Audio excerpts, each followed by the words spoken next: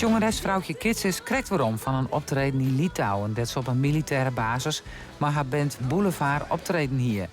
Dat wie de oude corona-jaren wel oors. De tsunami is hier nou oeriskom, kan ik wel zeggen. Ja, mailtjes, appjes, van alle kanten vliegt het me om de eer. En mijn agenda die helemaal vol. Die heel hut opeens, ja. Nou, het is nou wel echt booming, hè? Nee, dus de 2 hier is wel lekker, zeg maar. Ronald Wielstra van het Doellezen hier na 2 uur moeite om de on- en uitknop van de apparatuur te vinden. Maar het wie gauw oor.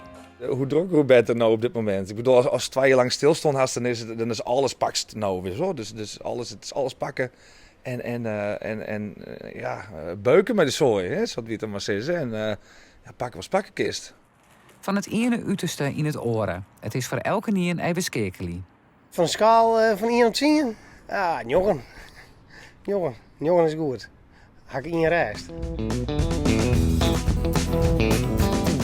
De Frieske band Hoenekop is op dit stuit als een soort inhaalwerk op het podium onder dwam. De meeste optredens die ze nou doen, wie een ijs voor 2 jaar verlien bedoeld. Wat in 2020 stond is eigenlijk steenbleun. En dan komt hier en daar nog van alles bij. Dus we zitten nou eigenlijk zo'n beetje tot oktober wel aardig vol, ja. Dat ze nou weer op het podium staan kennen, geldt als een oerwinning.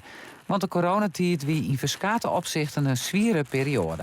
Mentaal wie het was zwieren, omdat de branche waar we in zitten, wie natuurlijk het hutst drekken is. Dus het had mentaal wel wat dien.